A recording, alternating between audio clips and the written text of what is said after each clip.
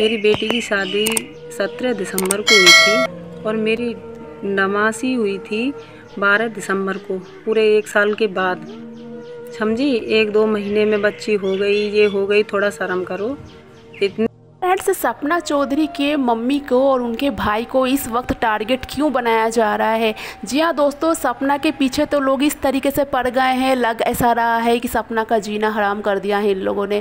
जी हाँ दोस्तों, सपना के माँ को कहा जा रहा है कि सपना की जो मम्मी है सपना से महीने में लाखों रुपए ऐंठती है। कहा जा रहा है दोस्तों, उनके जो भाई है वो सपना का नाम इस्तेमाल करके अपने चैनल्स को ग्रो करवाना चाहते हैं।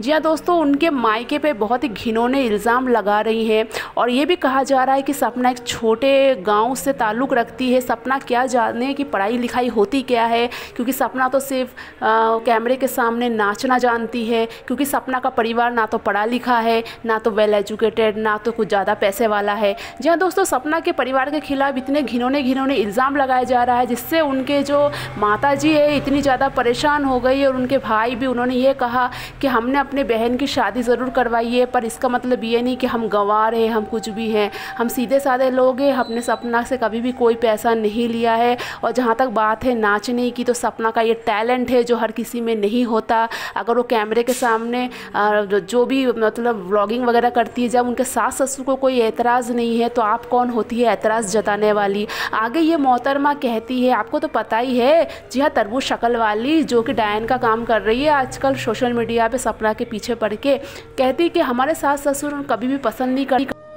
नहीं करते कि हम व्लॉगिंग करें, बट सपना के सास ससुर तो अजीब ख्यालात के हैं। उनकी बहू तो नाचती रहती है, उनकी बहू तो बस व्लॉगिंग करना आता है, उसको क्या मालूम संस्कार क्या होता है, उसको क्या मालूम कि बच्चे को अकेले पालना क्या होता है। तो दोस्तों, अभी दोनों फैमिलीज़ में बहुत ही ज़्यादा घमासान युद्ध चल रहे हैं, क्योंकि सपना की जिस तरीके से कंडीशन है, ऐसे आइट साइड में बहुत से ऐसे लोग मुँह उठा के खड़े हो गए जो सपना पे बेबुनियाद के इल्ज़ाम लगाए जा रहे हैं। आप क्या कहते हैं दोस्तों, इसमें सही कौन है, गलत कौन है? क्योंकि सपना की मम्मी बहुत ही सरल स्वभाव की महिला है, क्योंकि वो ग्रामीण क्षेत्र की महिला है, वो उनका फार्मर्स फैमिली है। और सपना अगर गरीब फैमिली से बिलोंग करती है तो सपना की इसमें कोई गलती नहीं है, क्योंकि कोई गरीब होता है, कोई अमीर होता है। सपना के भाई को इस तरीके से लालची बोला जा रहा है कि अपनी बहन का इस्तेमाल कर रहे हैं वो अपने चैनल्स के ग्रो के लिए, जो कि बाकी ही बहुत ही ज़्यादा शर्मनाक है, क्योंकि आज तक हमने कभी ऐसा नहीं देखा है कि सपना के घर वालों ने सपना का फ़ायदा उठाया। और अगर सपना के घर वाले सपना से कुछ डिमांड करते भी है तो सपना उनकी बेटी है। क्या एक माँ का इतना भी हक नहीं होता, कि एक भाई का इतना भी हक नहीं होता कि शादी होने के बाद अपनी बेटी और बहन से कोई डिमांड कर सके? हम बचपन से अपनी बेटियों को पालते हैं, पोसते हैं, अच्छे संस्कार देते हैं।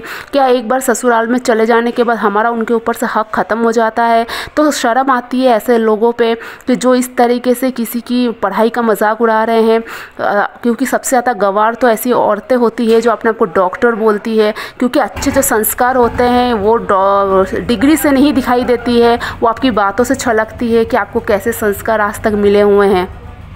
क्योंकि फ्रेंड्स, ये तो सब जानते हैं कि ये मोहतरमा किसके दम पे इतनी ज़्यादा आहें भर रही है, क्योंकि कुछ दिन पहले तक तो अभी इसको कुत्ता भी नहीं पूछता था, अभी इन्होंने अपना चैनल सपना के नाम से ग्रो कर लिया। जी हाँ दोस्तों, आगे ये दोनों मिलके ये कहती है, इनकी साथ ही, जी हाँ उन्हीं की बात कर रहे हैं, फलाना की देवी। आगे कहती है कि सपना ने जब बर्थडे बनाया, अभी सपना ने 2-4 महीने में राजवीर चौधरी को भूल गई, अपने फ्रेंड्स लोगों को इन्वाइट कर लिया, तब सपना को शर्म नहीं आया। और सपना के भाई ने एक छोटा सा सेलिब्रेशन किया था, तो सपना ने इतनी बड़ी बड़ी बातें करी थी, और खुद जो कर रही है वो क्या है? तो हमें ये समझ में नहीं आ रहा है कि सपना ने आखिर कौन सा पाप कर दिया। सपना ने बस 2 फ्रेंड को घर में बुला लिया तो कि ये बहुत बड़ा पाप हो गया।